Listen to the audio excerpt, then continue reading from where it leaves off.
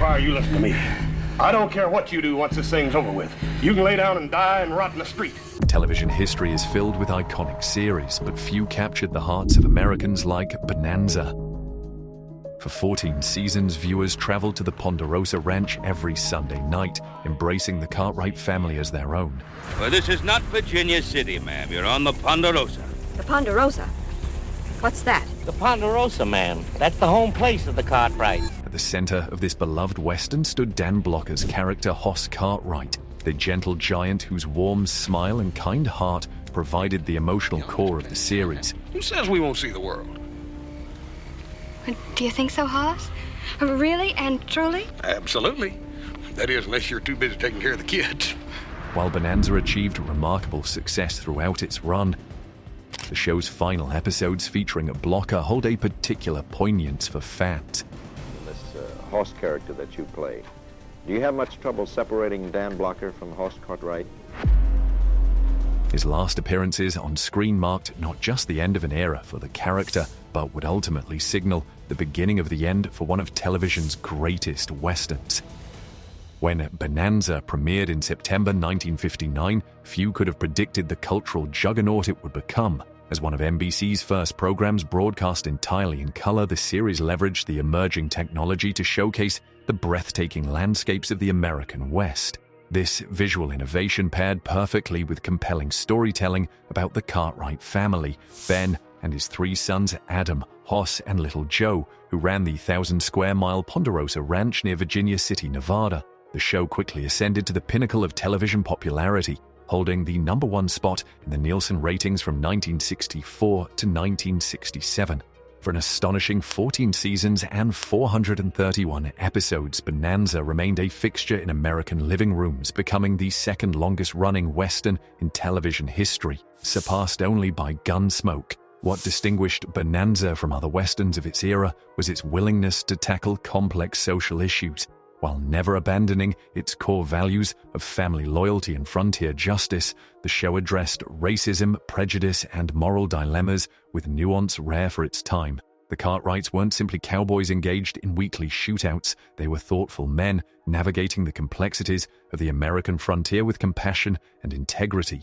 The show's cultural footprint extended far beyond the television screen. Bonanza merchandise flooded store shelves, from lunchboxes and action figures to board games and comic books. The iconic theme song became instantly recognizable nationwide, and the picturesque setting of Lake Tahoe transformed into a tourist attraction as viewers sought to experience the Ponderosa for themselves. The series didn't just entertain America, it became woven into the fabric of American culture during a transformative period in the nation's history. Dan Blocker as Hoss Cartwright. Before he became the beloved middle son of the Ponderosa, Dan Blocker's life story read like something straight out of Western folklore itself. Born in 1928 in DeKalb, Texas, Blocker entered the world as a literal giant, weighing an astonishing 14 pounds at birth. His imposing physical stature continued throughout his life, reaching 6'4" and 300 pounds as an adult, but those who knew him quickly discovered his heart was even bigger than his frame. Blocker's path to Hollywood wasn't direct. After serving in the Korean War as an infantry sergeant, he pursued education, earning a master's degree and working as a high school English and drama teacher in Texas. Acting remained a passion, however, and Blocker began appearing in small television roles throughout the 1950s. His natural presence on screen caught producers' attention, and when casting began for Bonanza, Blocker seemed tailor-made for the character of Eric Hoss Cartwright. From his first appearance, Blocker transformed what could have been a one-dimensional role into something extraordinary. On paper, Hoss might have been simply the muscle of the family, the strong but simple middle brother, yet Blocker infused the character with remarkable depth. His Hoss was indeed physically powerful, but also possessed... You don't come to think of it, it does sound a little strange, don't it? Oh, I don't think so. It's sort of like bees and honey. Genuine gentleness, childlike innocence, and moral clarity that often served as the family's conscience. Blocker's natural timing gave Hoss memorable comedic moments, frequently positioning him as the unwitting foil in lighter storylines, yet he could pivot seamlessly to dramatic scenes, bringing surprising emotional vulnerability to this mountain of a man. Viewers watched Hoss rescue abandoned animals, stand up for the wrongfully accused, and occasionally have his heart broken by women who couldn't see beyond his imposing exterior. The heart and soul of the Ponderosa, while Bonanza was ostensibly centered around Lorne Greene's patriarchal Ben Cartwright, the emotional equilibrium of the show and of the Ponderosa itself rested squarely on Hoss's broad shoulders. As the middle brother between calculating Adam, Pernell Roberts, and impulsive little Joe, Michael Landon, Hoss served as the balancing force within the family dynamics, often mediating conflicts and providing the series with its moral center. Television scholars have noted how Blocker's character functioned as the show's emotional barometer. When Hoss was happy, the episode typically maintained an optimistic tone. When he suffered, the entire narrative took on greater emotional weight. This pattern wasn't coincidental. Producers recognized that viewers connected deeply with Blocker's authentic portrayal and instinctively structured storylines to leverage this connection. This emotional resonance became particularly evident in episodes centering on Hoss directly. Stories like The Quality of Mercy behind, where Hoss accidentally kills a woman and must cope with his guilt, or The Gentle Giant, where he befriends a young boy who sees past his intimidating size, showcase how Blocker could carry the most emotionally demanding material with remarkable depth. These Hoss-centric episodes consistently ranked among the series' most popular with viewers. Behind the camera, Blocker's influence extended beyond his own performance. Cast and crew frequently noted how his presence improved everyone's work. Michael Landon once remarked that scenes with Blocker required less acting because Dan gave you so much to work with, you just had to react honestly. Lorne Greene similarly credited Blocker with creating the family atmosphere that made the set function harmoniously, calling him the glue that held us together on the most difficult days. Behind-the-scenes relationships, the chemistry viewers witnessed between the Cartwright family wasn't merely skilled acting, it reflected genuine relationships that developed over years of collaboration. Dan Blocker, in particular, formed deep bonds with his castmates that transcended their professional obligations and significantly enhanced the authenticity viewers responded to on screen. His relationship with Lorne Greene evolved into a father-son dynamic that mirrored their on-screen roles. Despite being only 13 years Blocker's senior, Greene embraced a mentorship role, often providing career advice and emotional support. The two frequently spent time together off-set, with Greene later recalling how Blocker would visit his home for advice on everything from contract negotiations to personal matters. This genuine respect and affection translated seamlessly to their performances, giving the Ben-Hoss relationship a depth that couldn't be manufactured. With Michael Landon, Blocker shared perhaps his most significant friendship from the cast. Though their characters often represented opposing temperaments, Hoss's caution against Little Joe's impetuousness, the actors found common ground in their similar backgrounds and values. Both men came from modest beginnings and maintained unpretentious attitudes despite their success. Crew members often noted how Blocker and Landon would entertain the set between takes with practical jokes and improvised comedy routines, creating a working environment that fostered their best performances. That's right.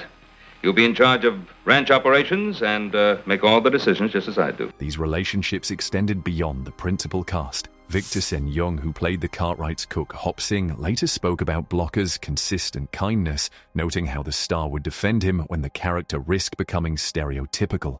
Recurring guest stars similarly praised Blocker's welcoming nature, with many reporting that he went out of his way to make newcomers feel comfortable on set.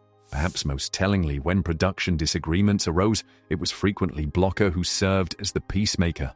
When Pernell Roberts became increasingly frustrated with what he considered the show's formulaic nature, Blocker often mediated between him and the producers. Similarly, when network executives pushed for changes the cast resisted, Blocker's reasoned approach often helped find compromise.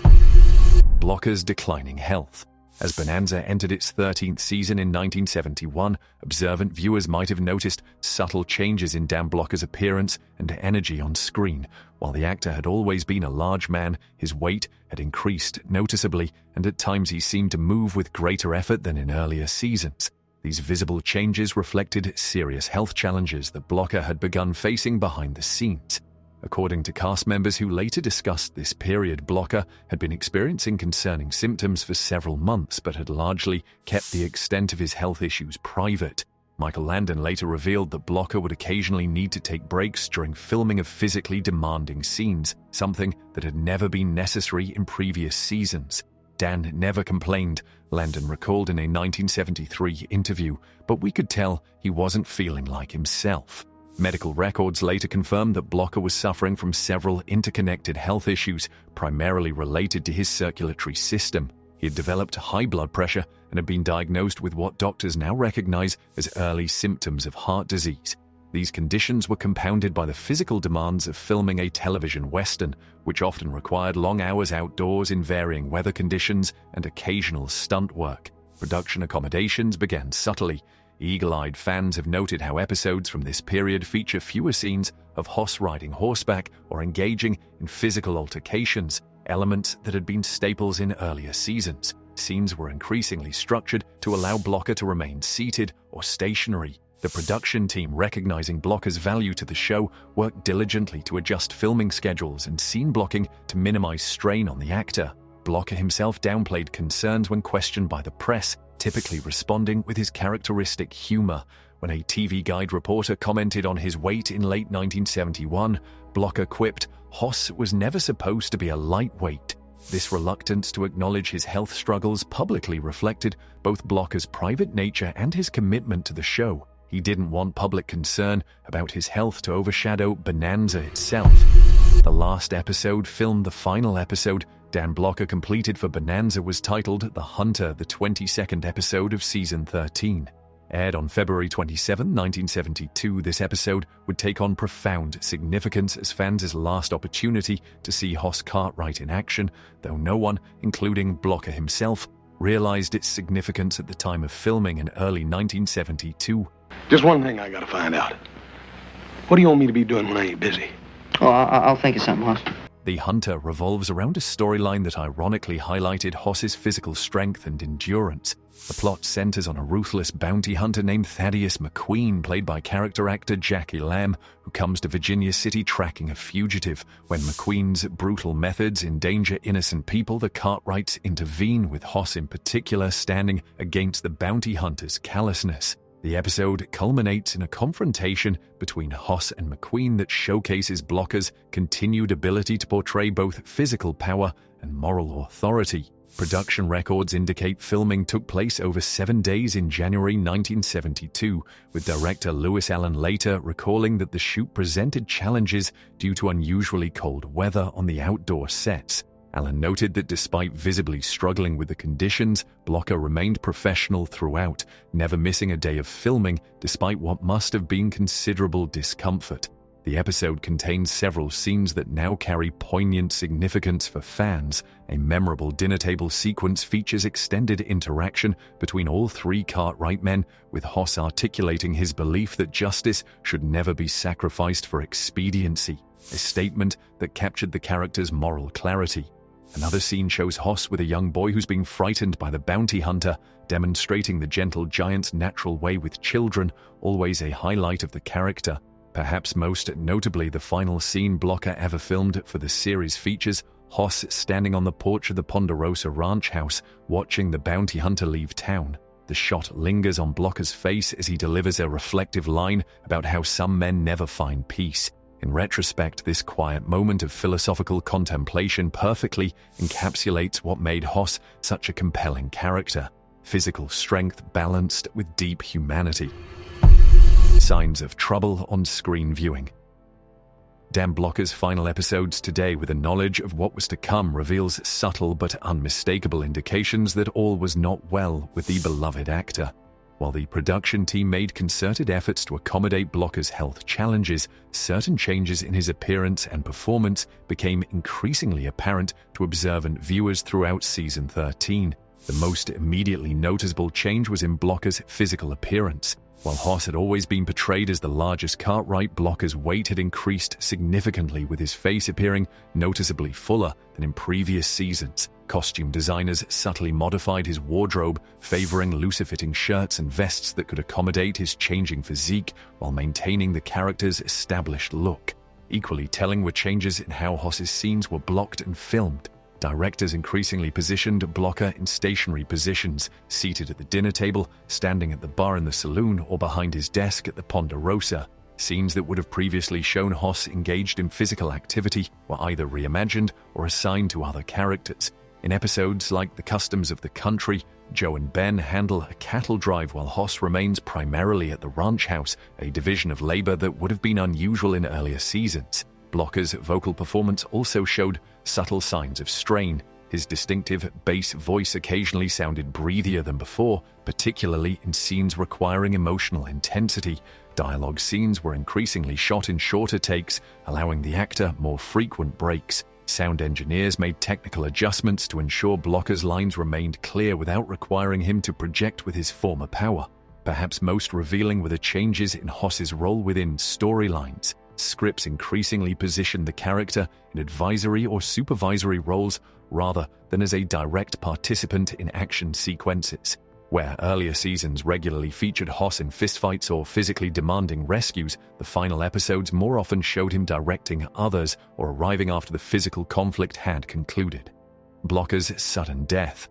The news that shattered the world of Bonanza came suddenly and without warning. On May 13, 1972, Dan Blocker entered a Los Angeles hospital for what was described as routine gallbladder surgery. While such procedures carried some risk, there was little reason for significant concern given Blocker's relative youth at just 43 years old. The expectation was for a brief hospital stay followed by recovery at home before returning to film the upcoming 14th season. Instead, shocking complications arose during the post-operative period. Doctors later explained that Blocker developed a pulmonary embolism, a blood clot that traveled to his lungs, a rare but serious complication following surgery. Despite immediate medical intervention, the condition proved catastrophic. On May 13, 1972, Dan Blocker was pronounced dead, leaving his family, castmates, and millions of fans in stunned disbelief. The timing proved especially cruel. Blocker had completed filming season 13 only weeks earlier and was in the midst of a brief hiatus before production would resume. Scripts for the upcoming season were already being developed, many featuring substantial storylines for Hoss. The production team had made plans to further accommodate Blocker's health needs in the new season, with adjusted filming schedules and modified storylines that would reduce physical demands while maintaining his central role. The immediate reaction to Blocker's death reflected his immense popularity. News outlets across the country carried the story prominently, often on front pages. NBC quickly issued a statement expressing profound sadness, noting that Blocker had been not just a performer but part of the network family. Fan mail poured in by the thousands, overwhelming the studio's capacity to respond. Particularly moving were letters from children who couldn't fully distinguish between Blocker and his character, writing to ask if Hoss was really gone. The show's difficult decision. In the wake of Dan Blocker's devastating death, the producers of Bonanza faced an unprecedented dilemma. While television shows had certainly handled the departure of major stars before, the circumstances surrounding Blocker's passing, its suddenness, his centrality to the show, and the deep emotional connection viewers had with Hoss created unique challenges that required careful consideration.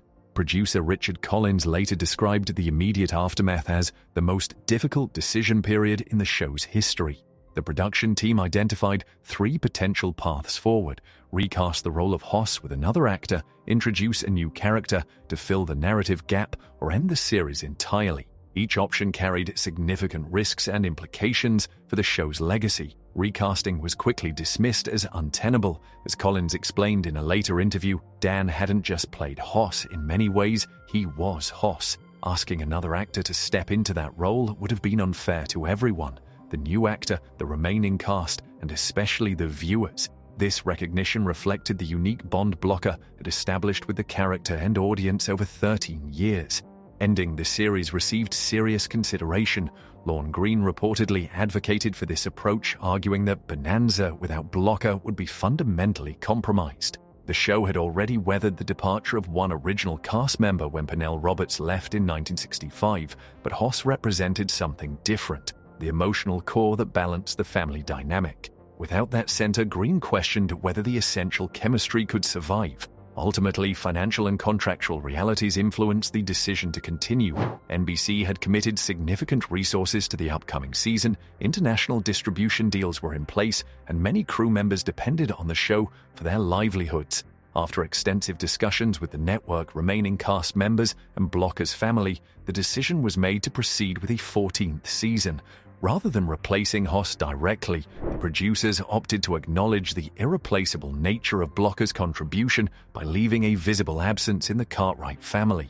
This approach honored Blocker while allowing the show to continue, though as producer David Dortort later acknowledged, "We knew the show would never be the same, but we felt obligated to try for everyone involved." Hoss's off-screen death. The question of how to handle Hoss's absence narratively presented significant creative challenges.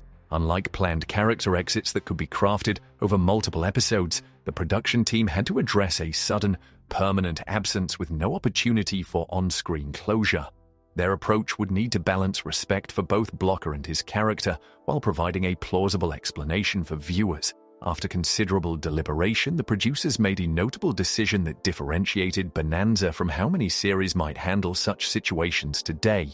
They chose not to depict Hoss's death on screen. There would be no flashback scenes using existing footage, no dramatic reenactment with a body double or extended funeral episode. Instead, the character's death would be acknowledged through dialogue, allowing viewers to process the loss in their own way.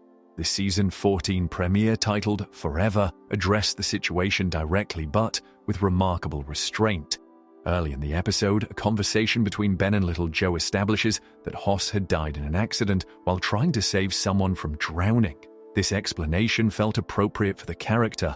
Hoss dying while attempting to help others aligned perfectly with how he had lived. The brevity of the explanation, occupying less than a minute of screen time, reflected the production's understanding that no elaborate explanation could adequately fill the void Blocker had left. This approach generated mixed reactions. Some critics praised the dignity of acknowledging the death without exploiting it for dramatic effect. Others felt the handling seemed rushed, arguing that after 13 years, viewers deserved a more substantial opportunity to say goodbye to such a beloved character. What no one questioned was the authenticity of the emotional response from the remaining cast members. In the scenes addressing Hoss's absence, the grief displayed by Lorne Greene and Michael Landon transcended acting. Their performances in these moments reflected genuine mourning for their colleague and friend, creating a rare instance where the line between fiction and reality blurred completely. As Landon later commented, "We weren't acting in those scenes, we were just letting the cameras see how we really felt." The cast's emotional response. The profound personal impact of Dan Blocker's death on his fellow cast members cannot be overstated. Having worked together for 13 years, longer than many marriages, the Bonanza Ensemble had developed bonds that went far beyond professional collegiality. Their grief manifested both publicly and privately, significantly affecting both their personal lives and their performances in the show's final season. Lorne Greene, who had developed an almost genuine paternal relationship with Blocker, was particularly devastated. In his first press interview following Blocker's death, Greene struggled visibly with his emotions, at one point needing to pause the conversation. "I've lost more than a colleague," he said. "I've lost someone who was like a son to me." Crew members later reported that Greene would sometimes visit Blocker's empty dressing room between scenes during early production of the 14th season, sitting quietly as if hoping to recapture some essence of his friend. Michael Landon, who had shared countless scenes and off-camera moments with Blocker over the years, channeled his grief into increased involvement with production aspects of the show. Already directing occasional episodes, Landon threw himself into creative work, writing and directing more episodes in the final season than in any previous year. This immersion in work represented Landon's way of processing the loss while honoring Blocker's commitment to professional excellence. The grief extended beyond the principal cast. Victor Sen Young, who played Cook Hop Sing, later revealed he had considered leaving the show after Blocker's death, as their friendship had been a primary source of his continued enthusiasm for the role. Recurring guest stars who returned for the final season frequently commented on the changed atmosphere on set, still professional but lacking the joyful energy Blocker had consistently brought to the production. Perhaps most poignantly, many scenes in the final season feature moments where characters would naturally turn to Hoss for his perspective or intervention. In these instances, viewers can often observe Green and Landon appearing momentarily lost, their performances capturing not just their characters' adjustment to Hoss's absence, but their own genuine struggle to work without their friend and colleague. The final season without Hoss, the 14th and final season of Bonanza, premiered in September 1972, just 4 months after Dan Blocker's death. Despite the production team's best efforts, the absence of Hoss immediately altered the fundamental chemistry that had defined the series for over a decade. This final chapter of the Ponderosa saga revealed how truly essential Blocker had been to the show's success. The ratings decline was immediate and steep. While Bonanza had consistently ranked among television's top programs throughout most of its run, the post-Blocker episodes saw viewership drop by nearly 40%. NBC moved the show from its traditional Sunday night time slot to Tuesday evenings, further disrupting the viewing habits of its loyal audience.